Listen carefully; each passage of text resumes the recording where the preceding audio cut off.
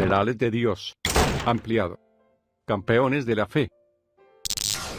Bruce Olson, 1941, misionero a los inaccesibles indios motilones. Señor Dios, dije, ¿cuánto tiempo va a continuar esto? ¿Tengo que pasar por este suplicio? Me imaginé un futuro lleno de torturas, de incapacidad para comunicarme y de muerte. Entonces sucedió algo extraño. Fue como si me hubieran derribado de un tremendo golpe. Me pareció ver a Jesús en la cruz. Comencé a llorar. Oh Jesús, dije asombrado y temeroso. Esto es lo que tú tuviste que soportar. Nosotros debimos parecerte tan sucios como estos indígenas me parecen a mí. Cuán insensato debió parecerte nuestro odio. Me quedé tendido. Señor, te daré lo que pueda. Te daré mi fuerza, mi vida. Aguantaré cualquier cosa, toda dificultad. Moriré incluso si me permites hablarle de tu hijo a los motilones. Bruce Olson es un misionero diferente. Habitó entre los indios motilones de Colombia durante 10 años. Dios lo llamó siendo muy chico, aunque con dudas y temores obedeció. Con 30 años y a pesar de haber terminado la universidad por correspondencia,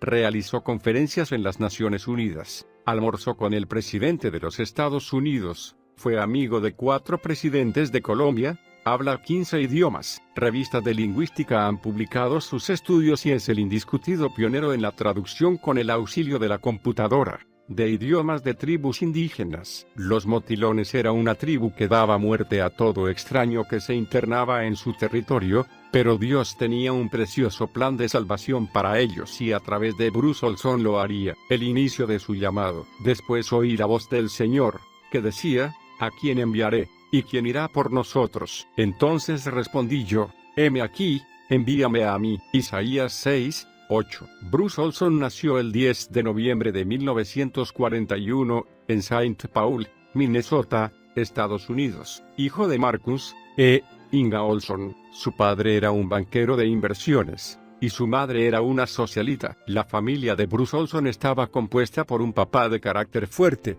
muy autoritario, y apegado a su iglesia. Su mamá era una persona dedicada a su casa y a su familia. Tenía un hermano más chico. Asistía a la iglesia luterana tradicional. Tenía 14 años cuando comenzó a tener la inquietud de saber quién era su Dios. Una noche estaba muy mal. Se sentía rechazado. Tenía muchas dudas con respecto a si el Jesús que él leía en la Biblia podía actuar ahora como antes, si podría ayudarlo. Sintió la necesidad de hablar con Cristo. Si bien lo había hecho seguido, ahora le parecía que era diferente. Lo hizo como si fuese su amigo. Le pidió que lo cambiara, que le sacara todos los temores. Estaba orando cuando sintió su presencia en el dormitorio. Supo que lo estaba salvando. La paz estaba en su corazón. Lo estaba cambiando. Fue en ese momento cuando tuvo la certeza de quién era su Dios personal. Él tenía un amigo que se había cambiado de colegio y hacía un tiempo que no lo veía.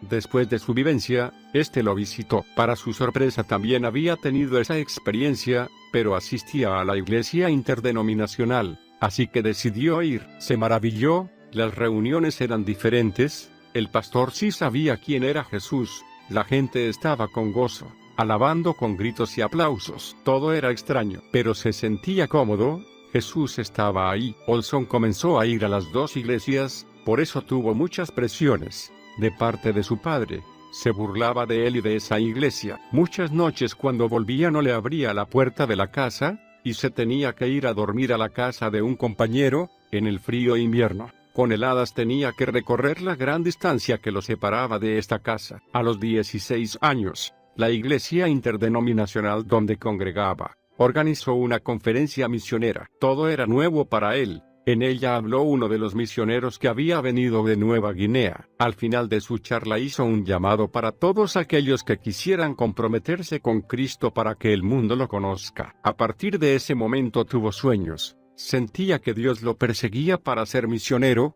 Pronto se esfumaron su anhelo de ser profesor en lengua y obtener un doctorado en filosofía. Ahora se deleitaba en leer los textos de la Biblia en griego, hebreo y latín, creciendo en él el anhelo de ir a países lejanos para hablarles de Dios a los salvajes. Obviamente que sus padres no entendían nada de eso. Dios trató con él de una manera especial, Sin darse cuenta comenzó a sentir compasión por los habitantes de Sudamérica, partiendo la labor misionera. ¿Y cómo predicarán si no fueren enviados? Como está escrito, cuán hermosos son los pies de los que anuncian la paz, de los que anuncian buenas nuevas. Romanos 10:15. Como vimos, Bruce, desde muy joven, siempre estaba en su corazón el ardiente deseo de conocer a Dios personalmente, hasta que Dios lo atrajo a sus brazos, mostrándose como un Dios personal, del cual Olson quedaría fascinado en amor real.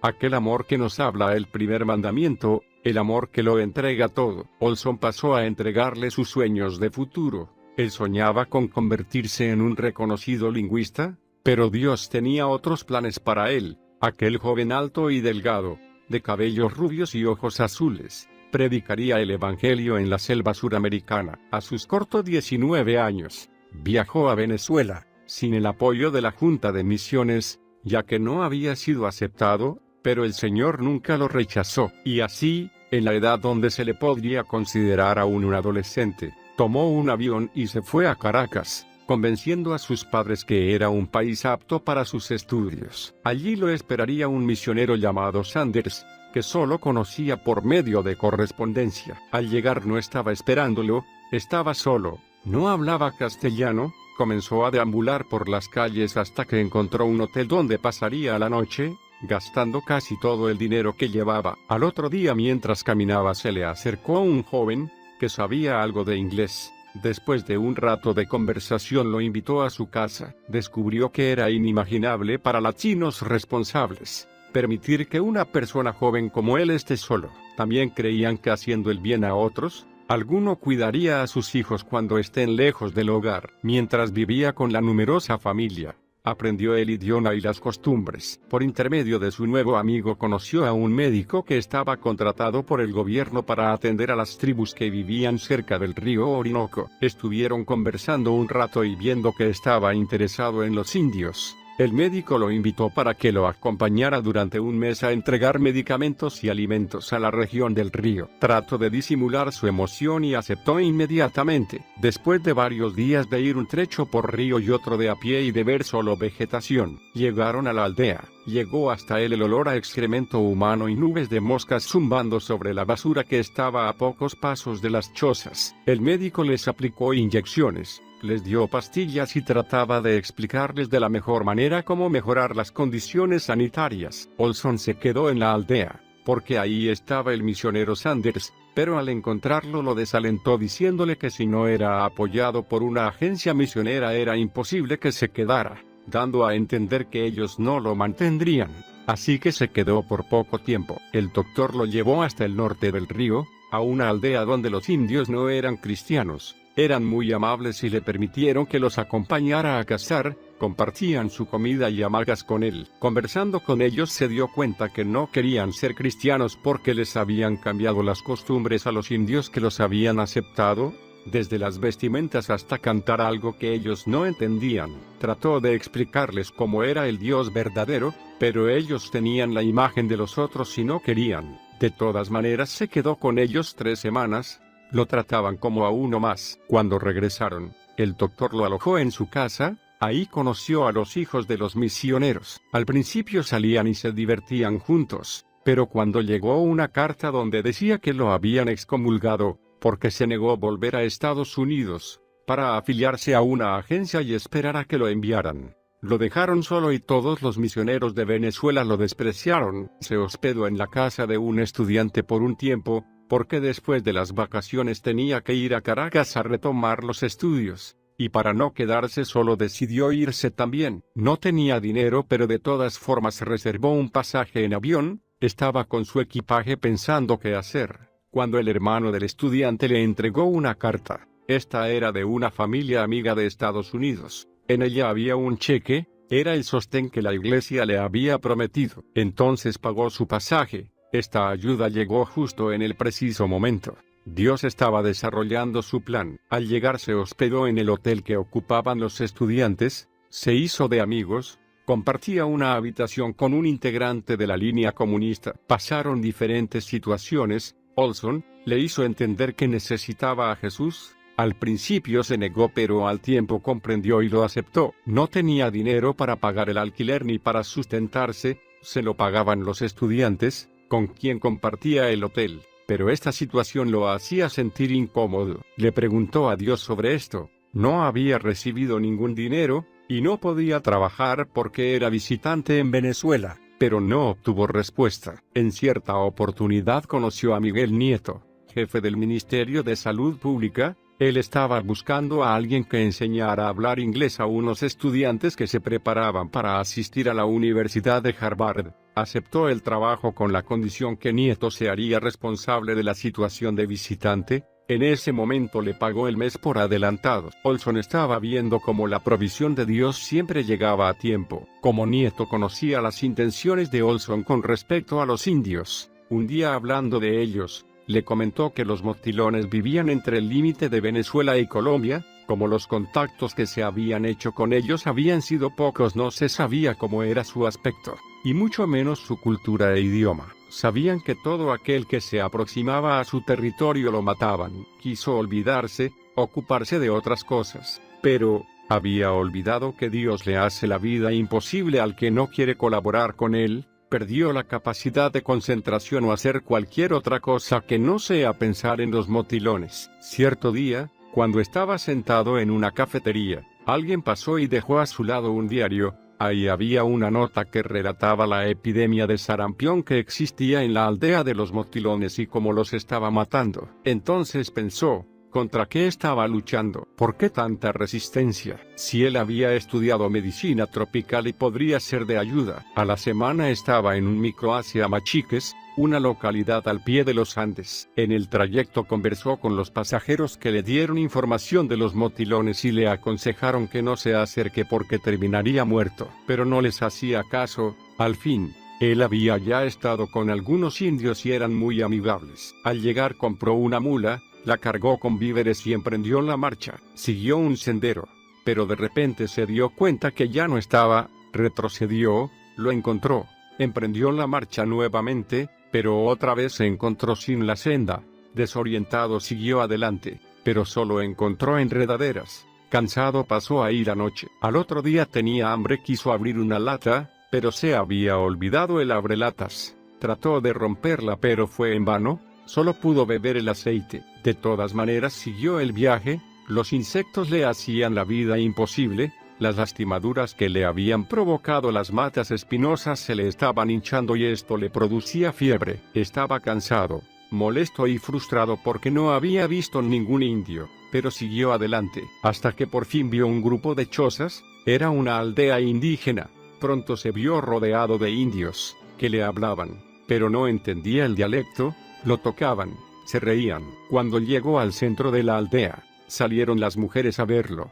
Se reían y le hablaban. Trató de decir algunas palabras que había aprendido pero tampoco lo entendían. ¿Cómo comunicarse? Pensó en tocar su flauta. Ellos seguían el ritmo, y le pedían con señas que siguiera. Así estuvo hasta las 3 de la madrugada. Luego cada uno se fue a su choza. A él lo llevaron donde dormían algunos hombres. Al otro día le dieron un líquido asqueroso, pero tenía hambre así que lo tomó. Ninguno quería escuchar la música, así que se dedicó a tratar de aprender su dialecto. Estaba tratando de repetir las palabras de un indio cuando sintió un fuerte golpe en la espalda, cayó al suelo y fue azotado con 2 látigos, mientras le gritaban espantosamente. Lo llevaron a una choza. Ahí se quedó quieto y atemorizado. Unas flechas comenzaron a penetrar por el techo, rozándolo. Entraban sin fuerza, pero le producían moretones. Descansaban un rato y comenzaban otra vez, lastimándolo cada vez más. Estaba tan atemorizado que necesitaba orar. Vio a Jesús en la cruz muriendo por personas tan inmundas como él consideraba a estos indios. Por eso oró entregando su vida, dándole todo, muriendo si era necesario si él le permitía hablarles de su hijo a los motilones. Las flechas siguieron un rato más, hasta que definitivamente cesaron. No había razón para quedarse. El jefe le había demostrado que no lo quería y emprendió su camino, y un anciano lo llamó para mostrarle una criatura enferma. Lo estaba mirando cuando se vio rodeado de otras criaturas en igual condición. Como tenía algunos antibióticos, les dio media dosis a cada uno. Oró pidiendo a Dios que los curara ya que la dosis era mínima. Recién al día siguiente hubo resultados. Uno de los niños comenzó a sentirse bien. Al ver eso, el jefe comprendió que quería ayudarlos y cambió de actitud. Su estadía se prolongó por más de 4 meses. En ese tiempo aprendió el idioma y comprobó que no eran los motilones. Ellos se hacían llamar yucos. Consideró que ya estaba todo hecho, así que decidió volver a la civilización. Estaba feliz de dejar todo eso, la comida siempre igual y espantosa, los días aburridos. Tomó su mula y emprendió el camino. Pero al llegar a cierta distancia la mula retrocedió y lo tiró, cayó pesadamente desgarrándose el hombro. La mula se escapó hacia la aldea. Olson no quería volver, pero la civilización estaba lejos, no tuvo opción. Pesadamente se dirigió a la aldea. Cuando llegó, los indios al verlo se rieron. Se restableció y emprendió nuevamente el camino. Pero otra vez la mula lo tiró, pero esta vez lo pateó fuertemente en la cara. Así, sangrando y dolorido, tuvo que volver a la aldea. Esta vez fue diferente. Se dio cuenta que era el plan de Dios que volviera. Los indios no se rieron, el recibimiento no fue igual. El jefe, al verlo tan mal herido, lo alzó y lo llevó hasta la choza. Pasó una semana hasta sentirse mejor. En todo ese tiempo lo cuidaron como si fuera uno de ellos. Si bien la convivencia había cambiado, todavía sufría de disentería y aún perdía sangre con la materia fecal. Hizo progresos con el idioma. Muy pronto pudo hablar razonablemente bien. Eso lo ayudó muchísimo y mientras más los comprendía, más quería ayudarlos. Pero todavía quería ir a los motilones.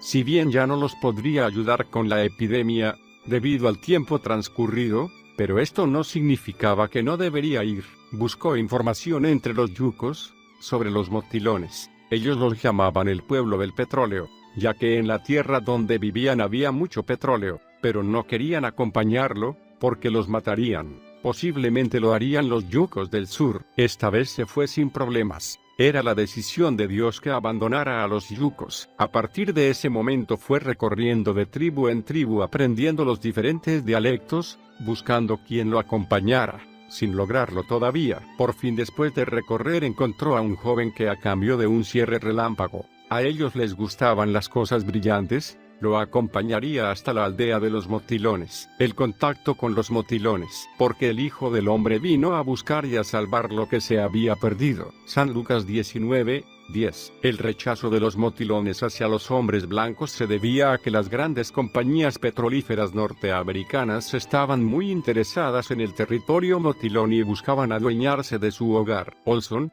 sin embargo, tenía otras intenciones. Pero sería sumamente complicado demostrarles a los motilones que aquel hombre blanco era inofensivo para ellos. Pasaron varios días a través de la selva tropical, descansando apenas. Los árboles crecían en tal profusión que rara vez podían ver el sol. Los ríos constituían un gran problema. El terreno era pantanoso. Al 7º día de haber iniciado el viaje, todos caminaban sin decir palabra. De pronto los yucos se quedaron quietos, escuchando. Y luego en un solo movimiento todos comenzaron a correr. Olson quería hacer lo mismo, pero se enredó entre unas lianas. De pronto sintió una puntada en una pierna y vio que lo atravesaba una flecha. Quiso pararse, pero se vio rodeado de hombres con arcos y flechas apuntándolo. Al ver esto gritó en el dialecto yuco, en castellano y en latín. Los minutos parecían interminables. De pronto se acercó uno, le quitó la flecha y le apuntó para que se levantara. La marcha a la aldea duró 3 horas. Cuando llegó vio como una inmensa colmena de 15 metros. Lo introdujeron y lo dejaron ahí. De la herida supuraba pus.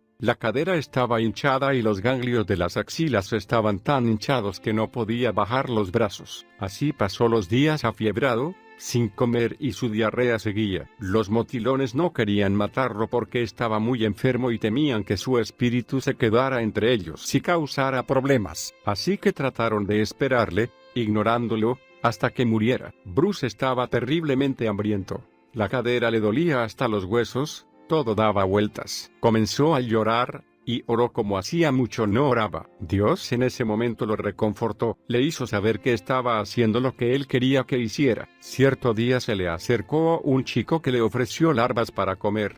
Dudó pero las comió. Inesperadamente, así como entraron, salieron. Al rato le ofreció pescado ahumado, lo comió y esta vez el estómago lo soportó. Cuando podía permanecer despierto veía como las mujeres se ocupaban de sus tareas. Un hombre tomó la determinación de protegerlo. Cada vez que él llegaba todos se hacían a un lado. Tenía una risa estruendosa y característica. Cuando volvía de cazar, era él el que le daba de comer. Se acercaba y le decía algo. Así pasó un mes. Apenas podía moverse, pero un día supo que debía irse.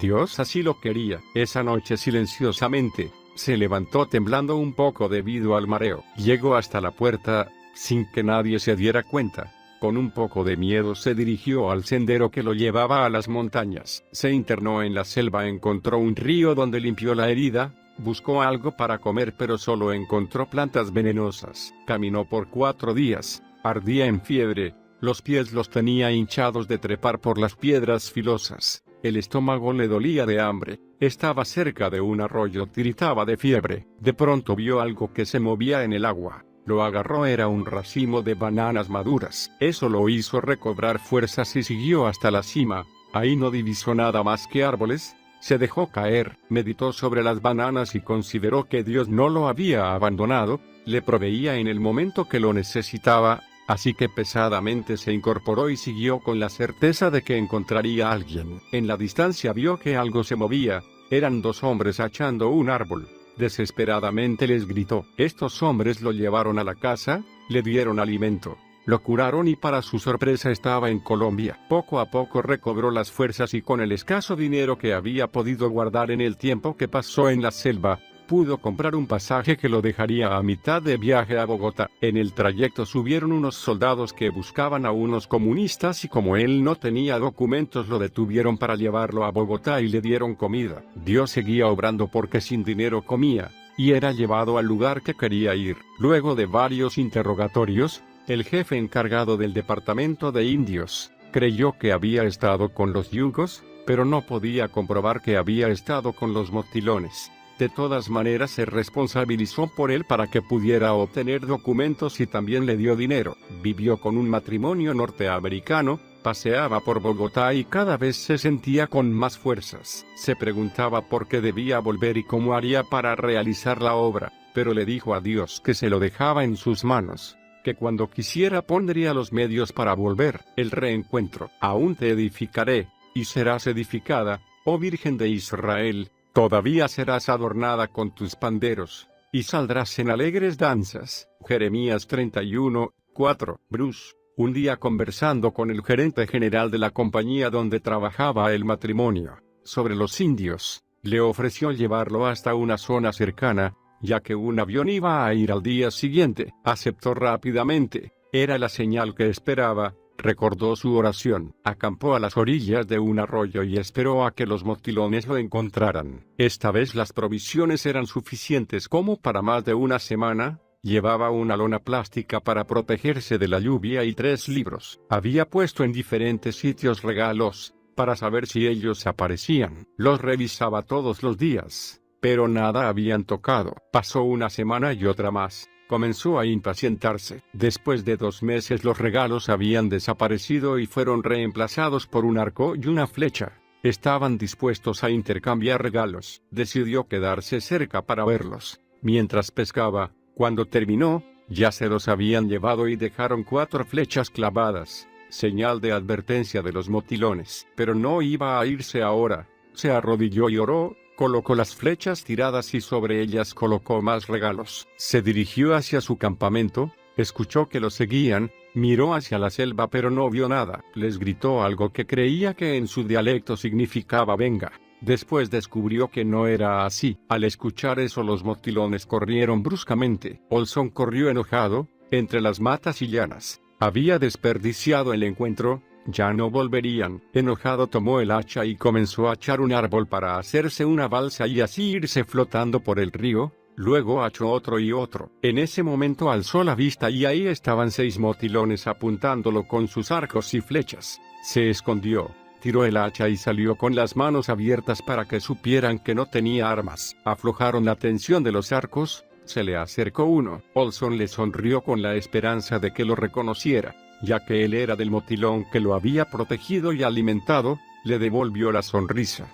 Les habló a los otros y bajaron los arcos. Cuando llegó al hogar comunitario causó gran conmoción, todos se acercaron, lo tocaban, les extrañaba el vello de los brazos y piernas. Ellos eran lampiños, tiraban de su camisa y de los pantalones, para averiguar si era parte del cuerpo. Ellos se reían mientras lo hacían, dolía todos los tirones pero comenzó a reírse con ellos. Esa noche le dieron de comer y una hamaca para dormir. En la noche escuchaba el silbante idioma de los motilones. Pronto los entendería. Pasaron muchas cosas, algunas agradables, otras no tanto. Él encontró el amigo hermano que necesitaba, y a la vez murió a causa de Cristo. Toda la tribu conoció y aceptó a Jesús en sus corazones, y tradujo el Nuevo Testamento en el dialecto motilón. Una de las cosas que rescato es que Bruce Olson, a pesar de no seguir con los reglamentos establecidos por la Iglesia, realizó la tarea que le fue encomendada. Dios obra de manera diferente y maravillosa. Posiblemente muchos deban depender de una organización que los apoye,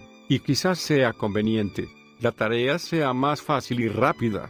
Pero en definitiva es Dios quien decide cómo y cuándo se hace. Solo hay que escuchar qué nos dice a cada uno. Proezas de la fe. Él es quien perdona todas tus iniquidades, el que sana todas tus dolencias. Salmo 103, 3. Hasta los años 60, los motilones tenían poco contacto con el mundo exterior. Olson comenzó a vivir con los motilones en 1962, aprendiendo su lengua y cultura. Por un lado, descubrió que el nombre motilones era un nombre español para la tribu, que significa gente de pelo corto. Los motilones se llaman a sí mismos Marí, que significa en su lengua gente. A medida que se familiarizaba cada vez más con la tribu, Olson obtuvo el apodo de bruco que le dieron los motilones. Empezó a ver cómo podía ayudarlos. Los Marí estuvieron sujetos a los estragos de las enfermedades, a la escasez de alimentos durante la época de lluvias y a los contactos con el mundo exterior que amenazaban con destruir el Barí y su modo de vida. Olson comenzó su trabajo haciendo amistad con la mujer de medicina de la tribu. Olson se dio cuenta de que para él llevar curas a la gente socavaría la estructura de autoridad tradicional en su cultura. Durante una epidemia de ojo rosa, observó a la curandera cantar sobre los afligidos, pidiendo a Dios que los sanara. Olson le preguntó por la cura, y ella suspiró, diciendo que ella cantaba, pero Dios no los ayudaría, ya que habían engañado a Dios. Olson salió de la casa, y le preguntó a un anciano afligido con ojos rosados si podía tocar los ángulos de sus ojos. El viejo aceptó, y Olson manchó algunas de las lágrimas infectadas del viejo en sus propios ojos. Olson rápidamente desarrolló el ojo rosado mismo, y fue a la mujer de la medicina para la ayuda. Ella lo coreaba, pero el ojo rosado no estaba curado. Olson le dio un ungüento antibiótico y le pidió que aplicara el ungüento a sus ojos mientras cantaba un nuevo canto, quizás porque era un extraño. El viejo canto no funcionaba con él. Dentro de unos días, el ojo rosado se había aclarado. La mujer de la medicina intentó el nuevo canto en otros de los afligidos, sin resultados. Luego le preguntó a Olson por su poción, y seguro, cuando aplicó el antibiótico y el canto, el ojo rosado fue erradicado. Su éxito elevó su estatus a los ojos de la tribu, y cementó el vínculo de Olson con ella. Dentro de la tribu, Olson formó un pacto con el joven llamado Bobarisora, convirtiéndose en hermanos adoptivos juntos. Ambos trabajaron juntos, visitaron muchas aldeas del Barí y ayudaron a los médicos a establecer centros de salud, siguiendo la misma estrategia de introducir cambios a través de la estructura de autoridad existente en la aldea en lugar de socavarla. La profecía de los motilones. Voz del que clama en el desierto: preparad el camino del Señor, enderezad sus sendas. San Mateo 3, 3. Los motilones creían en la existencia de un solo Dios, y que los espíritus malos existían en el mundo, pero ellos creían que Dios los había rechazado por engañarlo. Un hombre llamado Sakamaidoji había llegado a ellos, afirmando ser un profeta, diciendo que podía llevarlos por el horizonte a una tierra mejor. Dejaron a Dios y los siguieron, pero finalmente llegaron a creer que Sakamaidoji había sido un falso profeta, y lamentaron alejarse de Dios. Sin embargo, Las leyendas o profecías motilonas hablaban de un hombre alto con cabello amarillo, el cual vendría y les haría salir a Dios desde el tallo de un bananero. Inicialmente, algunos de los barís se habían preguntado si Olson podría ser el hombre alto con pelo amarillo de la profecía, pero como no llevaba un tallo de plátano, pronto abandonaron esa creencia. Bruce Olson presentía que él estaba en el centro de esas profecías, pero ¿cómo habría de compartirles los misterios de la fe verdadera en términos que ellos pudiesen comprender? Más bien, ¿cómo se las arreglaría Dios para revelarse en Jesús a esa tribu ancestral e indómita? He aquí la extraña forma como Dios lo hizo. Se corría la voz que jamás un hombre blanco había salido vivo del territorio de los motilones,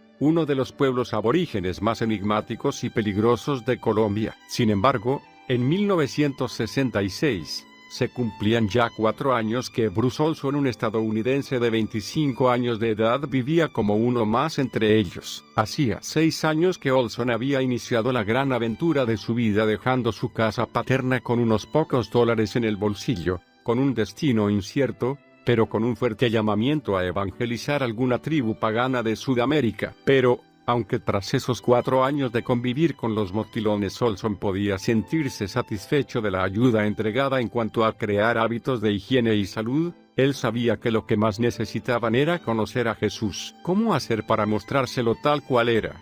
Salvando las grandes diferencias culturales. A esta altura conocía demasiado sobre las creencias de los motilones, y sabía que para ellos no tendría ningún sentido lo que él pudiera decirles sobre Jesucristo. Eso era lo que hacía todo hombre blanco. Nunca se ajustaría al estilo motilón. ¿Qué sucedería si alguno entregaba su vida al Señor Jesús? Pero necesitaban a Jesús. Era obvio. ¿Cómo podía yo darles a conocer a Jesús tal como Él es? Independientemente de mi personalidad y mi cultura, tendría que ser el propio Jesucristo quien lo hiciera, se diría. Así que un día inclinó la cabeza, el sol le quemaba el cuello y oró de la siguiente manera: «Oh, Jesús, esta gente te necesita, muéstrate a ellos, quítame del camino y háblales en su propio idioma para que puedan verte tal como eres. Oh, Jesús, hazte un motilón».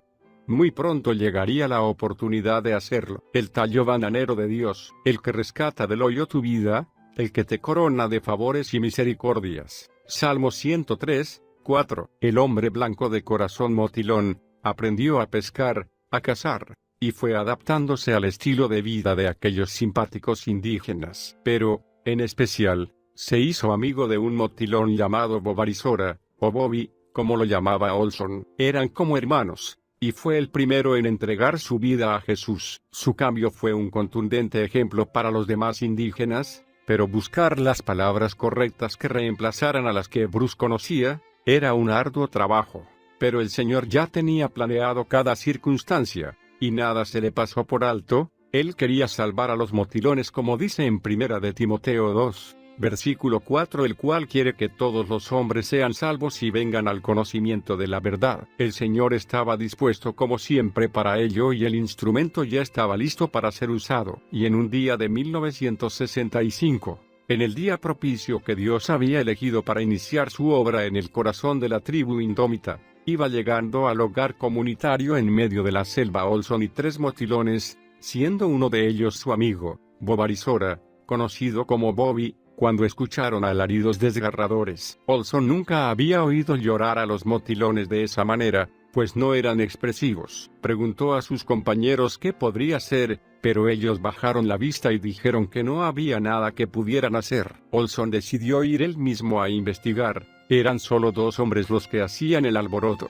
Uno de ellos estaba parado frente a un pozo de 2 metros de hondo que había cavado, y gritaba con desesperación: «Dios, Dios, sal de este agujero». El otro estaba encaramado en lo alto de un árbol, y gritaba: «Dios, Dios, ven desde el horizonte». Aunque el espectáculo era casi cómico, Olson percibió que no era para la risa. Uno de sus acompañantes le explicó que el hermano del hombre junto al pozo había muerto muy lejos de su hogar. Lo mordió una víbora venenosa y murió antes de poderlo trasladar. Y eso significaba, de acuerdo a sus creencias, que su idioma, su espíritu y su vida nunca podrían alcanzar a Dios más allá del horizonte. Ahora, el hombre clamaba a Dios pidiéndole que le devolviera la vida a su hermano. La desolación y la desesperanza tiñeron todo el ambiente. En ese momento, Olson entendió que Dios le había traído hasta aquí para que les dijera dónde podían hallarlo, así que oró intensamente en su interior. Al verlos, el hombre del pozo dejó de gritar y se acercó a ellos.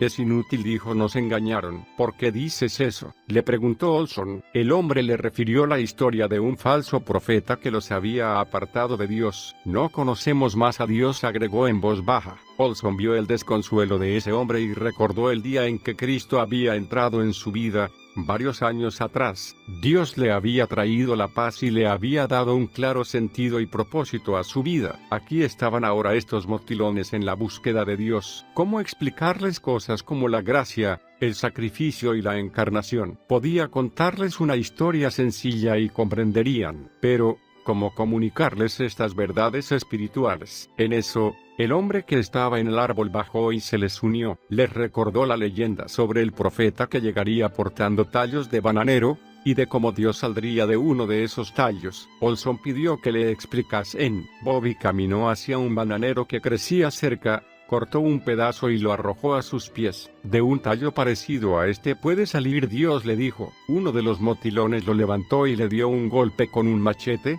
cortándolo accidentalmente por la mitad. Una de las mitades quedó parada mientras que la otra mitad cayó. Algunas hojas, que todavía estaban dentro del tallo, esperando desarrollarse y salir, se desollejaron. Al quedar así en la base del tallo, semejaban las páginas de un libro. De pronto una palabra estalló en la mente de Olson: libro, libro. Abrió su mochila, sacó su Biblia y la abrió. Hojeando sus páginas se la mostró a los hombres y señaló las hojas del tallo bananero. Les dijo que ese era el tallo bananero de Dios. Uno de los motilones le arrebató la Biblia de la mano y comenzó a arrancarle las hojas y a metérselas en la boca. Creyó que si las ingería, se metería a Dios adentro. Como les explicaría ahora el Evangelio, una metáfora de la encarnación, e indiscutiblemente, grande es el misterio de la piedad. Dios fue manifestado en carne, justificado en el Espíritu, visto de los ángeles, predicado a los gentiles, creído en el mundo, recibido arriba en gloria. Primera de Timoteo 3:16. Bruce,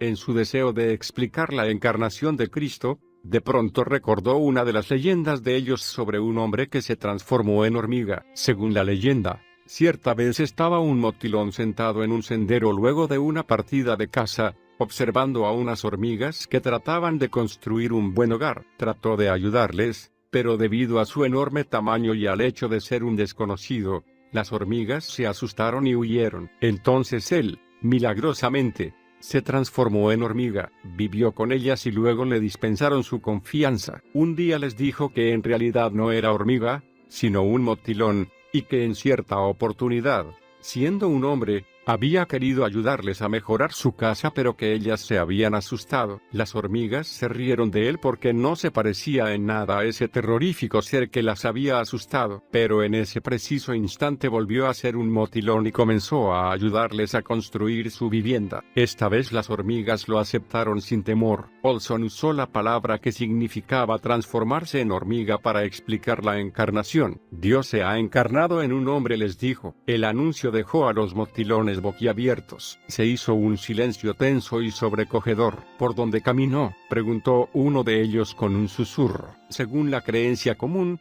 cada motilón tiene su propio y particular sendero. Por tanto, si se quiere encontrar a Dios hay que caminar en su sendero. Jesucristo es Dios hecho hombre, les contestó. Él puede mostrarles el sendero de Dios. Una mirada de asombro, casi de temor, se pintó en sus rostros. El hombre del agujero le dijo: «Muéstranos a Cristo». Olson buscó una respuesta adecuada. «Ustedes mataron a Cristo», les dijo. «Ustedes destruyeron a Dios». Sus ojos se agrandaron. «¿Que yo maté a Cristo? ¿Cómo lo hice? ¿Y cómo Dios puede ser matado?». Una metáfora de la redención. ¿Quién llevó él mismo nuestros pecados en su cuerpo sobre el madero, para que nosotros, estando muertos a los pecados, vivamos a la justicia, y por cuya herida fuisteis sanados? Primera de San Pedro 2:24. ¿Cómo hacen el mal, la muerte y el engaño para imponer su poder sobre los motilones?, les preguntó Olson. «Por medio de los oídos», contestó Bobby. «Para los motilones el idioma es de trascendental importancia. Si un idioma maligno se obtiene por los oídos, significa la muerte. Olson les recordó cómo ellos,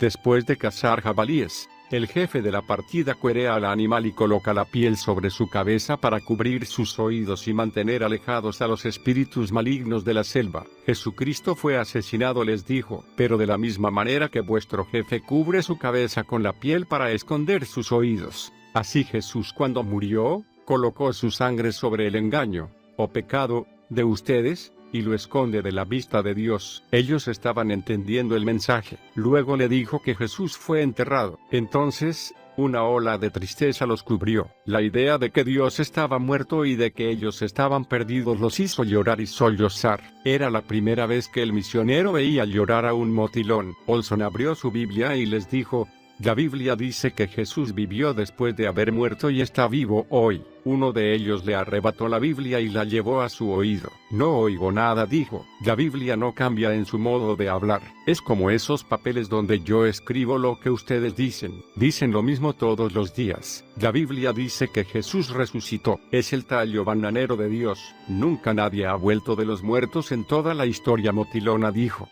Ya lo sé. Pero Jesús lo hizo. Es la prueba de que realmente es el Hijo de Dios. Esa noche Olson oró a Dios poniendo su confianza en la promesa de que la palabra de Dios no volvería vacía. Atando la hamaca a Jesús. Puestos los ojos en Jesús, el autor y consumador de la fe, el cual por el gozo puesto delante de él sufrió la cruz, menospreciando el oprobio, y se sentó a la diestra del trono de Dios. Hebreos 12, 2. Otra noche Bobby comenzó a interrogar a Olson. Estaban sentados alrededor del fuego. ¿Cómo puedo hacer para caminar en la senda de Jesús? Ningún motilón lo ha hecho jamás. Es algo nuevo. No hay ningún motilón que pueda explicarlo. Bobby, ¿recuerdas la primera vez que asistí a vuestra fiesta de las flechas? Como yo tenía miedo de trepar a las hamacas para cantar, según vuestra tradición, porque colgaban a tanta altura y creía que pudieran cortarse las sogas, y te dije que cantaría solamente si podía tener un pie en la hamaca y el otro pie en el suelo. Sí,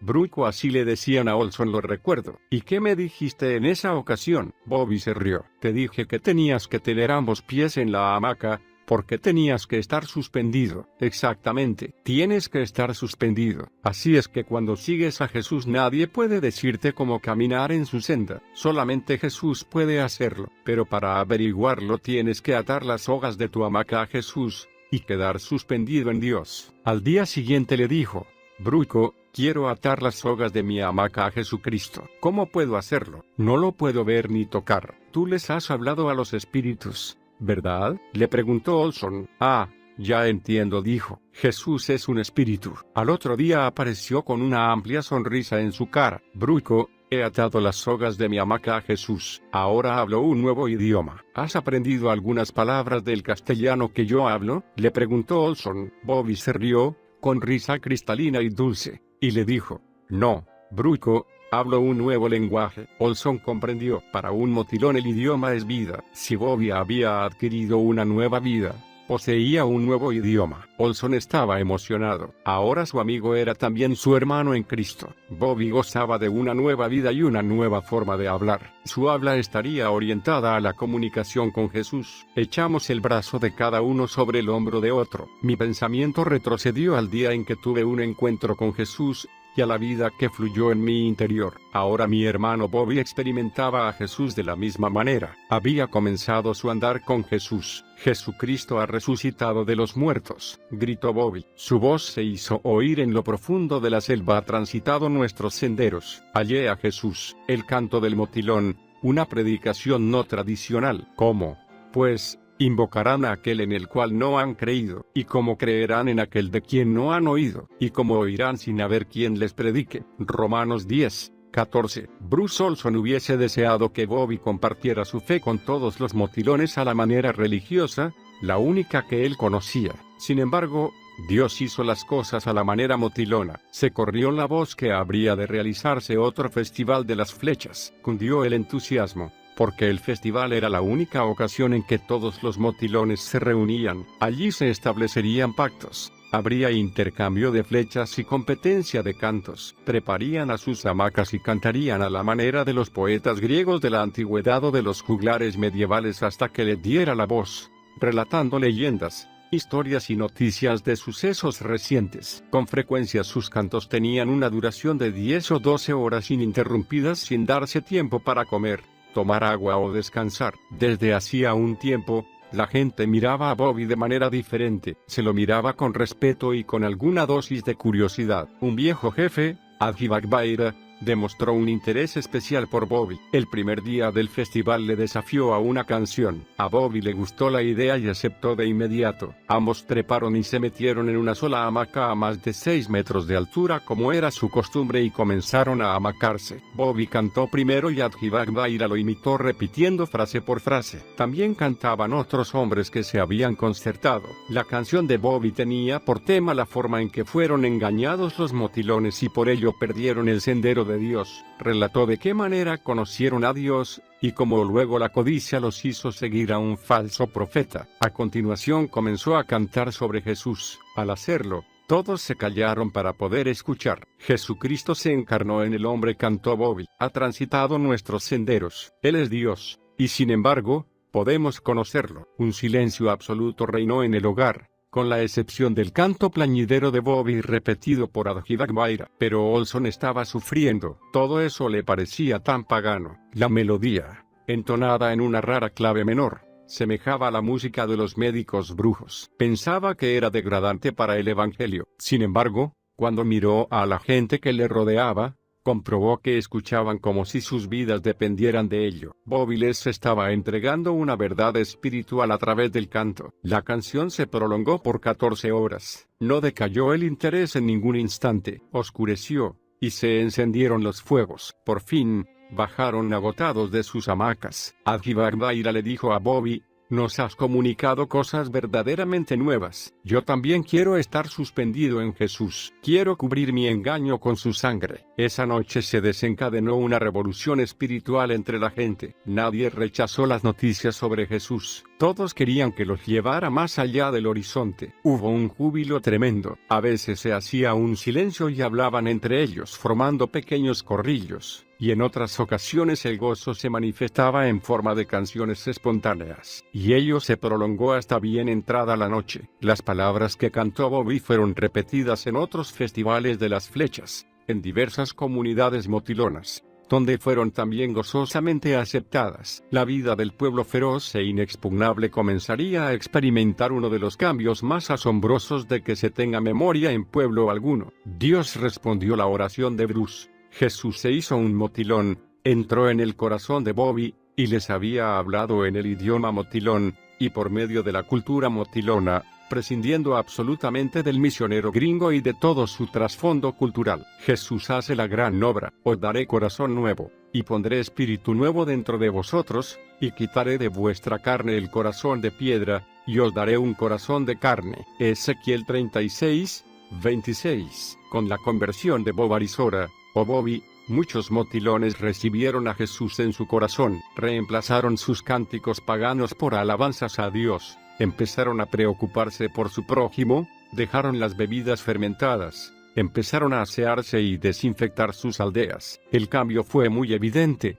y pronto las tribus aledañas también conocieron del amor de Cristo, gracias al testimonio de los motilones. Ocurrieron muchos milagros, los enfermos eran milagrosamente curados. Las epidemias se extinguían, los espíritus demoníacos que se alojan en lo profundo de la selva eran ahuyentados con los cánticos de los motilones. El mundo estaba siendo testigo de un verdadero cambio en los indígenas suramericanos, y su progreso se debía a un encuentro personal con Dios. Olson diría: con todo, el mayor milagro de que he sido testigo fue la transformación ocurrida en las vidas de los motilones. Ellos han encontrado su razón de vivir en Jesús. A raíz de esta nueva vida han rechazado el individualismo que les impedía ayudarse unos a otros. Actualmente se preocupan por los demás, se sacrifican verdaderamente. Este cambio ha hecho posible su desarrollo tanto económico como espiritual. Cuando no tenían esta actitud, sus planes siempre fracasaban. Ahora se estaban resolviendo sus problemas. La muerte del hermano motilón,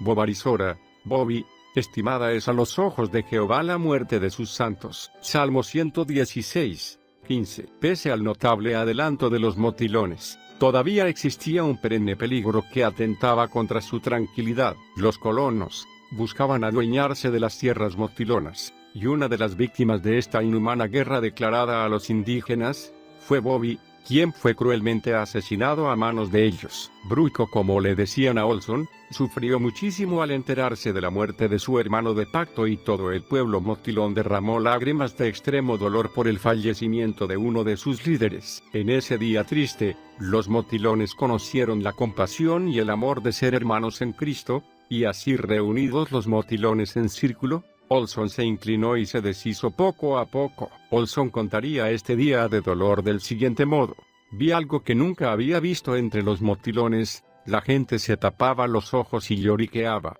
David Aina se acercó a mí, intentando sonreír. Mira, a todos nos ha afectado la gripe, dijo. No le contesté. No es gripe lo que tenemos, no es gripe. Entonces David Aina, uno de los principales jefes, se llevó las manos a la cabeza y cayó al suelo. Bruco dijo mirándome: no soy un hombre, soy un niño pequeño. Solo los niños lloran. Su dolor conmovió a los motilones como nunca antes había sucedido. Corrieron a la jungla para ocultar sus lágrimas unos de otros. Bruco dijo David Aina: Jesús murió por todas las tribus del mundo. Bobby es casi como él. Murió por los motilones. Un hermano en Cristo había partido. Era el primero de todos en entrar a la casa del Padre. Lo que a la tribu le parecía triste, los ángeles del Señor lo celebraban, gritando victoria, victoria, victoria. Bobby había vencido, por la sangre de Cristo que lo había redimido. Secuestrado por el Ejército de Liberación Nacional, ELN, en 6 tribulaciones te librará, y en la 7ª no te tocará el mal. En el hambre te salvará de la muerte, y del poder de la espada en la guerra. Job 5, 19 y 20. Durante los 30 años siguientes, Olson fundó 10 centros de salud, 16 programas agrícolas, 8 cooperativas comerciales y 12 escuelas bilingües, todo atendido por los propios motilones, algunos de los cuales ya habían hecho estudios universitarios. Cuando Bruce fue tomado cautivo por los guerrilleros del Ejército de Liberación Nacional, ELN, durante 10 meses de 1988 y 1989, el mundo vio hasta qué grado habían sido cambiados los motilones. Se unieron con las tribus Barí, Guiba, Guajibo, Saliva, Yuco, Tunevo y otras del nororiente colombiano, algo imposible en el pasado, para hacer una campaña por su liberación. Publicaron cartas abiertas en los periódicos y muchos editoriales y noticieros de televisión se maravillaron ante lo que estaba pasando. Al final de su secuestro, Bruce fue condenado a morir fusilado,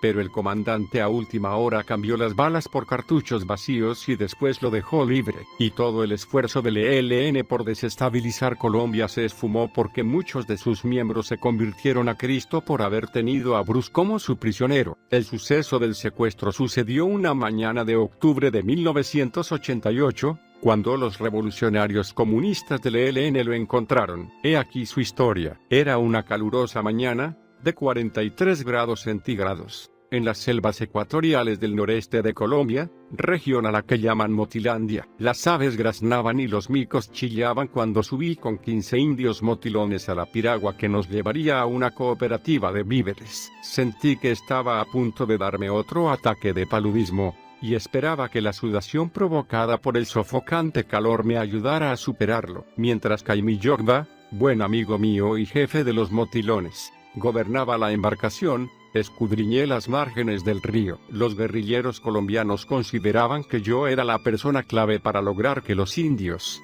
que eran una constante espina para los comunistas, se afiliaran a su causa. Como había resistido todos sus intentos de reclutarme, varias veces me habían amenazado de muerte. Al acercarnos al muelle, alcancé a ver a 2 guerrilleros armados. Sin previo aviso, el fuego de una ametralladora hizo saltar el agua en torno nuestro. «Salgan de la canoa», gritó un guerrillero. «Tiéndanse de cara al suelo». Jaime Yogba y varios otros motilones caminaron, enojados, hacia los guerrilleros, con la intención de atacarlos a mano limpia, ante lo cual el guerrillero disparó otra ráfaga y una bala rozó la frente de Jaime Yogba, pero él se mantuvo firme. Bruce Olson es prisionero de la Unión Camilista del Ejército de Liberación Nacional, gritaron. Este grupo de guerrilleros procastrista, conocido como el ELN, era la única de las 4 principales organizaciones revolucionarias que no habría querido aceptar la tregua con el gobierno. Debía dar a los motilones la oportunidad de escapar, le dije a Jaime Yorba en su dialecto. No me sigan. Luego, hablé con los guerrilleros. Yo soy Bruce Olson, al que ustedes buscan. Dejan en paz a los motilones. Empecé a alejarme, cuando alguien gritó, ¡alto! O disparamos. Aceleré el paso. De pronto, a unos 450 metros de los motilones, 2 guerrilleros saltaron frente a mí, me derribaron y me asestaron un arma en la cabeza. Con que así es como moriré, pensé. Me ataron con fuerza las manos a la espalda, me pusieron de pie y ordenaron que caminara. Después de 3 agobiantes días y noches, llegamos por fin al campamento de los guerrilleros. Cartas de amor. Me vigilaban las 24 horas del día. La mayor parte del tiempo permanecí con las manos atadas a la espalda, a pesar de que estaba muy enfermo de paludismo y sufría intensos dolores. Años antes, al hallarme herido o enfermo en la selva, había aprendido a aislarme de las molestias físicas. Cuando se está lejos de toda ayuda, con un brazo dislocado, es preciso seguir adelante. En estos momentos me decía a mí mismo, este dolor solo existe en mi cuerpo. Mi mente y mi espíritu están por encima de esto, y no participan. Apliqué este método entonces, para soportar algunas de las peores circunstancias de mi cautiverio. Tal vez parezca extraño, pero no estaba preocupado por mi destino, pues creía que mi responsabilidad consistía en dar servicio donde me encontraba y sabía que todo estaba en las manos de Dios. ¿Es usted nuestro prisionero político?, me informó Manuel Pérez, director político nacional del ELN. Años antes Pérez, ex sacerdote jesuita. Es sorprendente el número de jefes guerrilleros que han sido sacerdotes católicos o ministros protestantes. Me había invitado a trabajar con él en el movimiento revolucionario. Le contesté que los cristianos no debían dedicarse a matar. Deseamos que se una a nuestra dirección nacional, me dijo Pérez en esta ocasión. Queremos que organice los servicios sociales y de salud, y que funde escuelas, así como lo ha hecho entre los indios motilones. Si no se une a nosotros, lo mataremos. A los pocos días observé que algunos guerrilleros tenían fiebre palúdica y que otros presentaban síntomas de hepatitis, pues sus pésimos hábitos de higiene estaban contribuyendo a la propagación del virus de la hepatitis. Los guerrilleros escupían constantemente, contaminando el suelo, el agua y los alimentos. Mencioné este problema a uno de los oficiales del campamento, a los que llamaban responsables. Y como por arte de magia todos dejaron de escupir. Los 2 meses siguientes viví en un constante vaivén. Hoy me trataban amablemente, mañana, me maltrataban. Rehuía las discusiones y trataba de ayudar como mejor podía. Enseñé a los cocineros a preparar deliciosas salas con gusanos de palmera ahumados. Hacía pan para todo el campamento 3 veces por semana. Y escribía floridas cartas de amor que los guerrilleros jóvenes analfabetos enviaban a sus novias. Ambos teníamos una estrategia. Ellos querían entrar en mi vida y yo en la suya. Y yo era quien estaba progresando, subestimando al enemigo. En enero ya me habían trasladado a un tercer campamento. En un pequeño claro, los guerrilleros se construyeron refugios con palmas, pero a mí me obligaron a dormir al descubierto, sin protección contra las lluvias torrenciales. Así que los insectos tenían festines conmigo de día y de noche. Para combatir el tedio, pedí que me permitieran escuchar sus diarios discursos políticos, lo cual les agradó. La primera mañana que asistí se esforzaban por entender las diferencias entre el socialismo, el comunismo y la democracia. Les di una explicación bastante completa y, después, varios guerrilleros me preguntaban si accedería a actuar como presidente de debates. Con pocos estudios, o de plano sin ellos, muchos guerrilleros solo se habían dejado influir por los puntos de vista de sus dirigentes revolucionarios, partidarios de Castro. Esta función me dio la oportunidad de exponerles nuevas ideas. Al conocernos mejor, los guerrilleros más jóvenes empezaron a llamarme Papá Bruco. Los motilones me habían puesto el apodo de Bruco, porque así le sonaban mi nombre, Bruce Olson. Por broma, aquellos jóvenes guerrilleros agregaron papá, ya que a los 47 años, era lo bastante viejo para ser su padre. Advertí que sus actitudes amistosas eran un esfuerzo para atraerme a su organización. Al continuar nuestras discusiones, Ofrecí enseñarles a leer y escribir. Los responsables vieron esto como una prueba de que me interesaba unirme a ellos, y por eso lo aprobaron. Cierto día, mientras daba clases, el principal responsable se quitó el elástico de un calcetín y empezó a tirarles a las hormigas gigantes que andaban en el piso. ¿No ha oído ni una palabra de lo que he dicho?, pensé. Sin embargo, minutos después, hizo un concienzudo comentario que resumió mi plática. Eso me enseñó a no subestimar a los guerrilleros, pues era muy poco lo que se les escapaba. Susurros en la noche. Como a los 5 meses de cautiverio, me permitieron tener una Biblia. Estas líneas del Salmo 91 fueron alimento para mí. Sí, Él te libra de la red del cazador, de la peste mortal. Él te cubre con sus alas. Un refugio hallarás entre sus plumas. En Colombia, nación católica, apostólica y romana, hasta los guerrilleros aceptaban que el domingo era un día dedicado a la iglesia. Cada semana algunos más se nos unían en el estudio de la Biblia y el culto. Incluso empezamos a orar juntos. Al poco tiempo resolví que ya podía compartir con ellos mi fe personal. Pronto, unos cuantos se hicieron cristianos. Estoy seguro de que a los responsables les preocupaban las buenas relaciones que algunos guerrilleros estaban entablando conmigo, y con mucha razón, porque su conciencia transformada los inducía a cuestionar la moralidad de los actos terroristas. Una noche, ya tarde, un joven se acercó a mi hamaca. «Papá Bruco», susurró, «si me ordenan que lo ejecute, he resuelto negarme». Eso significaba que lo ejecutarían a él por desobedecer una orden, lo cual me conmovió profundamente. Belleza en medio del dolor. En febrero, los responsables ya insistían en que me declarara militante de su organización. Les respondí que no podía justificar que, para alcanzar objetivos políticos y sociales, se tuviera que matar, y que por eso no podía afiliarme a ellos. Mi clasificación cambió de pronto de prisionero político a prisionero de guerra. Siempre se ejecutaba a los prisioneros de guerra. Los guerrilleros inventaron toda una lista de acusaciones, y luego me sentenciaron formalmente a muerte. Entonces, los responsables lo intentaron todo para quebrantarme psicológicamente. Los indios lo han abandonado, me dijeron. Hemos hablado con ellos, y ni uno solo se preocupa porque usted viva o muera. No pude creerlo, pues seguramente recordarían los 28 años que habíamos pasado juntos. Ellos eran mi familia y sin embargo, conforme los guerrilleros repetían sus aseveraciones,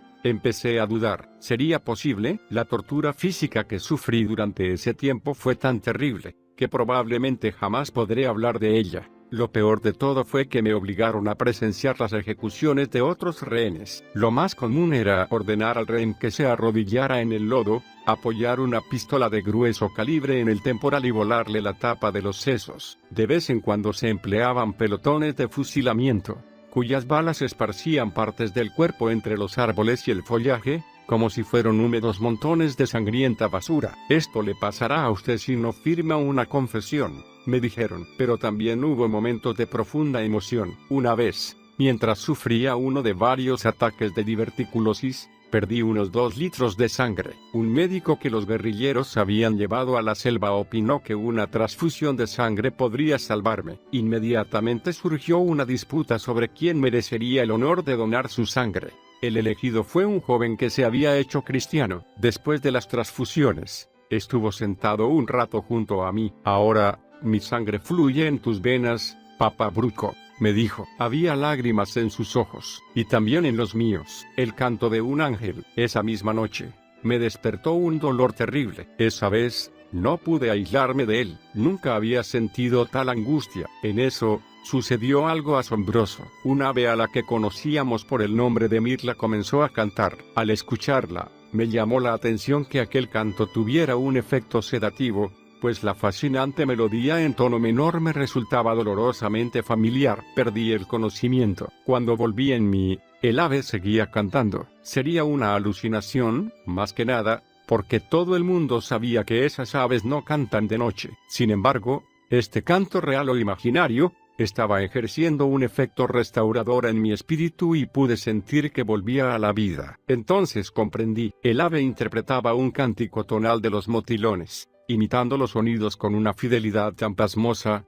que casi pude ver a Caimí Yorba y los demás motilones cantando las profecías de la resurrección de Cristo en el estilo inmemorial de su tribu. En ese momento supe que no me habían abandonado y que estaría nuevamente con los motilones. Dios se había valido del canto de un ave para transfundirme su sangre llena de vida. A la mañana siguiente, uno de los guerrilleros cristianos se acercó a mi hamaca. ¿Y bien?, dijo suavemente. ¿Qué le pareció su concierto personal de anoche? Lo interrogué con la mirada. La mirla, aclaró. Su canto nos mantuvo despiertos toda la noche. Nunca habíamos oído algo igual. Los muchachos se preguntaban si sería un ángel especial, enviado a cantar para usted. La ejecución. En julio, me llevaron ante un responsable y me indicaron que debía prepararme a morir, puesto que no quería firmar una confesión, iban a ejecutarme. 3 días después, luego de haber dado clases por última vez, me condujeron a un pequeño claro, fuera del campamento. Varios guerrilleros me ataron las manos a la espalda, alrededor de una pequeña palmera, mientras mis ejecutores, 18 de ellos armados con metralletas, se alineaban. Pensé que no quedaría gran cosa de mí, pero por lo menos sería algo rápido. Procuré concentrarme en recuerdos de los motilones. Mis amigos, apunten, ordenó el responsable al pelotón. Varios hombres lloraban en silencio al apuntarme con las armas. Fuego. Sonaron los disparos, pero yo no sentí nada. Los hombres del pelotón me miraron con asombro, y luego examinaron las armas. Son balas de salva, gritó uno de ellos. Había sido un último intento para hacerme ceder, pero no les había dado resultados. A la mañana siguiente se me acercó Federico, un jefe de los guerrilleros, y me dijo: Bruce Olson, tengo buenas noticias para usted. Queda en libertad. ¿Está contento? Yo me encogí de hombros. Me es indiferente, repliqué. Me preocupan los motilones. ¿Qué será de ellos? Sí, me tranquilizó. Hemos resuelto dejar en paz a los motilones,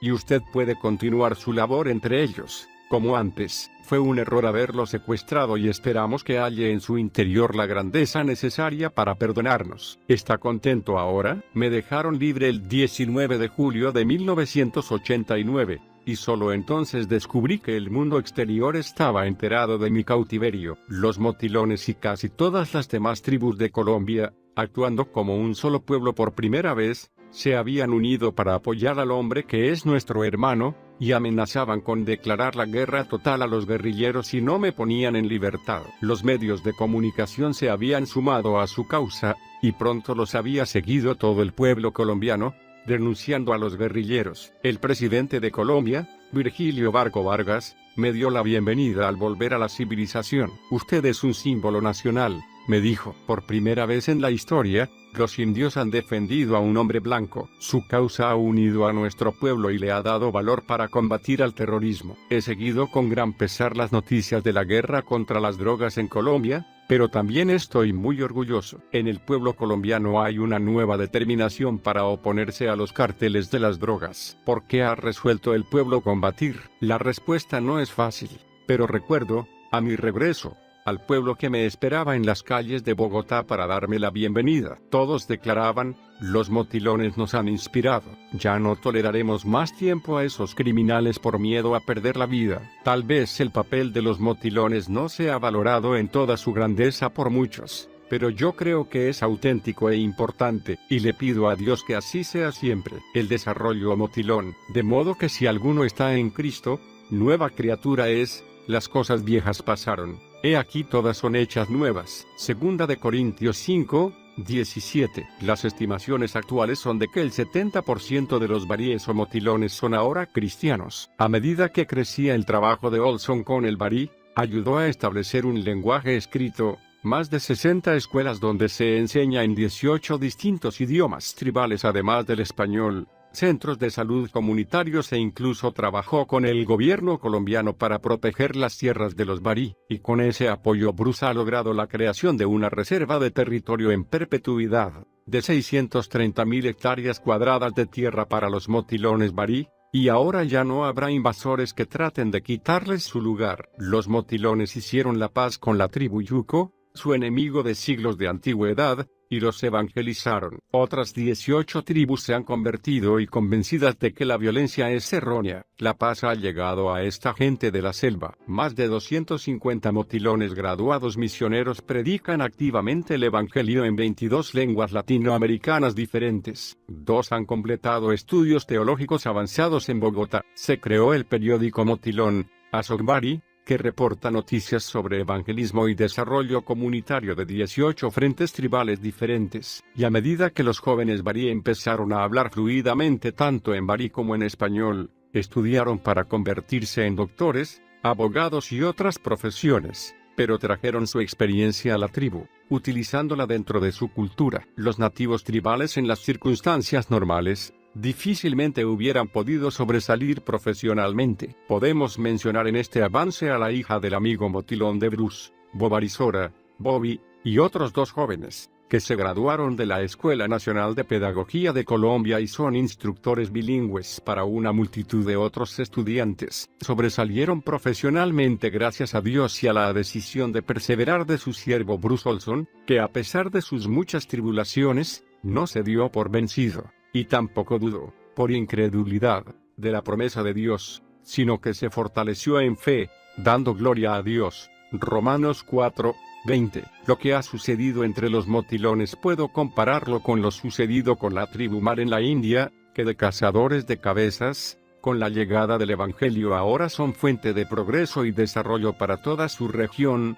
bendiciendo no solo a las tribus aledañas sino al mundo entero con su distribución de Biblias gratuitas, por medio de envíos junto a guías telefónicas. Y como en esa biografía dije, ahora lo reafirmo, el Evangelio cuando trae no una religión, sino a Jesucristo, es fuente de progreso, paz y desarrollo en todos los ámbitos. Toda gloria sea a Dios por ello. En una ocasión el presidente colombiano comentó con el indígena Arabadoica: esto realmente es desarrollo en respuesta a las necesidades de la comunidad. Pero Arabadoica sabía que no era la medicina preventiva ni la agricultura tropical que había producido entendimiento y coexistencia entre las tribus. Respondió al presidente: es porque nuestra tribu camina ahora en las pisadas de un líder nuevo. Significaba que lo reconocían como máximo cacique. El presidente dijo con una sonrisa: sí, de Bruce el misionero. No, aclaró Arabadoica, es Aimaidodji Ibateradukura. ¿Quién? Jesucristo.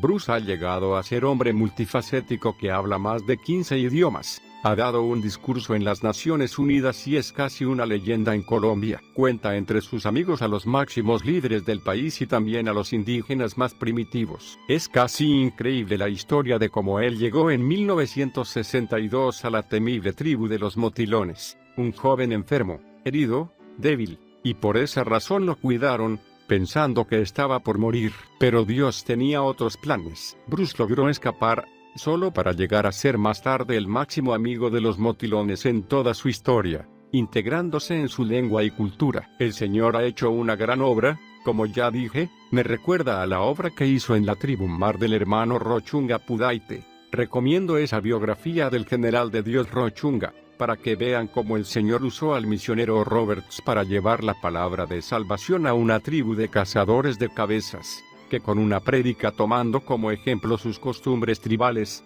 les hizo conocer y entender la verdad de la salvación por Jesucristo. La gloria es del Señor, porque al final de cuentas, quien transformó a los motilones, no es un misionero rubio que actualmente sufre de tripanosomiasis crucicrónica y que durante muchos años ha caminado al lado de los motilones, ayudándoles a construir centros para su progreso, dándoles la palabra de Dios en su propio idioma, demostrando frente a ellos una fe viva. Aunque el hombre pone la cara, Jesucristo es quien lo hace todo, y Él lo ha hecho todo usando a un instrumento dispuesto, a su siervo el hermano Bruce Olson.